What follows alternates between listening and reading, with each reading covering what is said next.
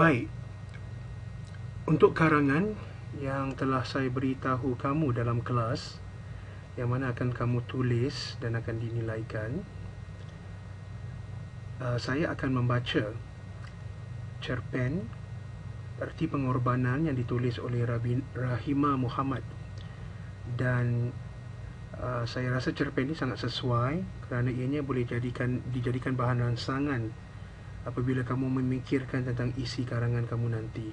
Baik tema ataupun tajuk karangan yang ingin saya hendak kamu tulis adalah peristiwa yang tidak dapat saya lupakan.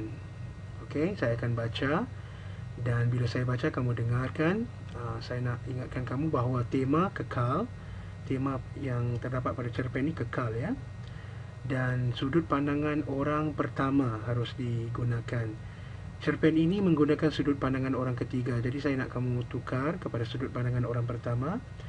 Temanya kekal, dan kemudian perkara seperti latar, watak dan plot harus diubah mengikut kesesuaian kamu. Baik, saya akan baca dan berikan perhatian, ya. Erti Pengorbanan oleh Rahimah Muhammad. Emma merenung potret yang terdampar di meja tulisnya. Peristiwa yang berlaku 2 tahun lalu masih lagi jelas di mindanya. Sebab di dada masih lagi dapat dirasa jejaka di potret itu. Arman namanya, bekas suami Emma.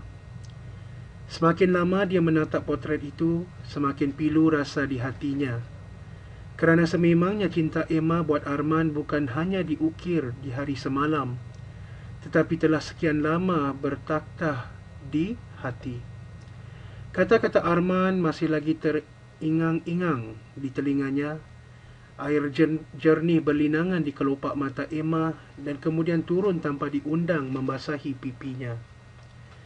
Emma tidak lagi dapat mengawal perasaan hibanya. Dia terus mengambil wudu dan mendirikan solat isyak. Sudah 8 tahun Emma dan Arman mendirikan rumah tangga. Perkahwinan mereka aman dan damai. Percintaan mereka amat kukuh. Segala rintangan dan dugaan akan mereka hadapi bersama. Mereka mempunyai seorang cahaya mata yang mereka gelarkan Manja.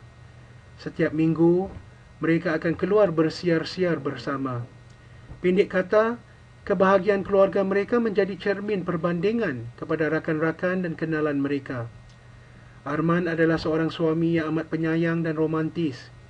Dia sering membelikan isterinya hadiah dan kerap membelikan bunga untuk menceriakan isterinya. Emma berasa sungguh beruntung kerana mendapat Arman sebagai suaminya. Arman juga amat berbangga dengan isterinya yang soleha, cantik dan pandai menjaga hatinya. Apa? Penyakit ginjal? Teriak Emma. Malang tidak berbau. Tanpa disangka, Emma didapati menghidap penyakit yang bahaya itu. Pada mulanya dia sangkakan hanya sakit perut sahaja, tetapi semakin lama, keadaannya menjadi semakin teruk. Kedua-dua Arman dan Emma tidak dapat menerima kenyataan ini kerana selama ini Emma sihat-sihat sahaja.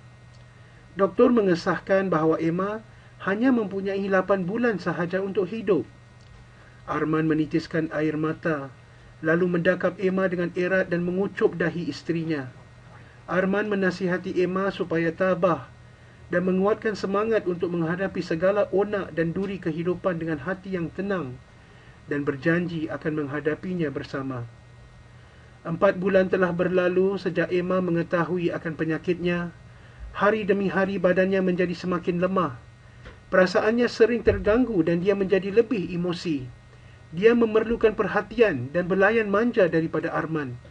Dia tidak dapat mencurahkan perasaan hibanya kepada anaknya Manja kerana Manja masih lagi kecil dan dia harus merahsiakan keadaannya yang sebenar kerana dia tidak mahu membuat Manja risau.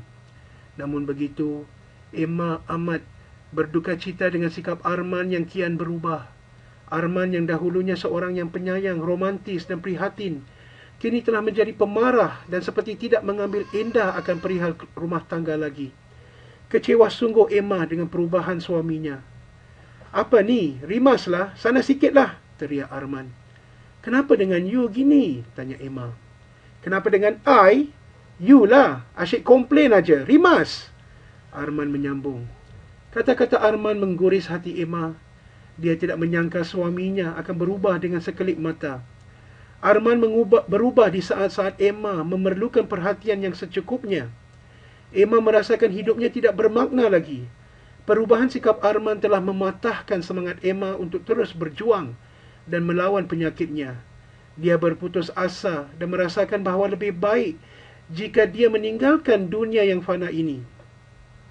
Setiap hari Emma hanya berdoa kepada Tuhan agar memberinya kekuatan untuk menghadapi dugaan hidupnya dan mengampuni dosa-dosa suaminya serta menguatkan hati manja jika dia sudah tiada nanti. Pada suatu hari, Emma jatuh pingsan semasa dia berada di sekolah manja. Dia dihantar ke hospital dengan segera dan kemudian dimasukkan ke wad kecemasan untuk dirawat. Dia menjalani satu pembedahan darurat. Alhamdulillah, dia telah sedarkan diri. Dr. Ahmad memberitahu keluarga Emma. Emma membuka matanya dengan perlahan. Seluruh keluarganya ada di sisi Emma. Emma melihat sekeliling. Arman tidak kelihatan untuk melawatnya. Emma berasa sayu kerana Arman tidak hadir melawatnya walaupun di saat-saat dia memerlukan perhatian dan kasih sayang seorang suami. Tiba-tiba, Dr. Ahmad menghulurkan sehelai kertas kepada Emma. Surat itu daripada Arman. Assalamualaikum wahai pemaisuriku. Abang ingin meminta maaf kerana tidak berada di sisimu pada hari ini. Abang ingin Ma tahu bahawa abang amat menyintai Ma. Tiada wanita lain yang bertakhta di hati abang selain Ma. Maafkan abang seandainya abang telah mengguriskan hati Ma dengan perubahan sikap abang. Maafkan abang kerana bertindak tanpa berfikir. Abang berbuat begitu kerana ingin membuat Ma benci kepada abang, supaya lebih mudah untuk Ma melupakan abang setelah pemergian abang. Tetapi abang silap, Ma. Abang tidak patut berbuat begitu. Maafkan abang, sayang. Abang mahu Ma hidup gembira. Maafkan abang kerana harus meninggalkan Ma. Abang sekarang berada jauh sekali dan tidak akan kembali. Tetapi janganlah Ma bersedih, wahai sayangku, kerana sememangnya abang hidup di dalam diri Ma. Berjanjilah, sayang, bahawa Ma akan menjaga anak kita dengan sempurna. Seandainya tidak bersatu di bumi yang fana ini, akan abang damba sayangku di syurga. Salam sayang Arman, kekasih sehidup semati. Emma menitiskan air mata. Kini dia mengerti segalanya. Arman telah mendermakan ginjalnya kepada Emma. Malangnya, Arman telah kehilangan banyak darah dan dia tidak dapat bertahan lagi. Emma mendakap manja dengan erat, fikirannya berkecamuk. Hatinya hibah. Suami yang dikasihinya telah meninggalkannya buat selamanya. Emma merenung lagi potret di atas meja. Dia mengucupinya.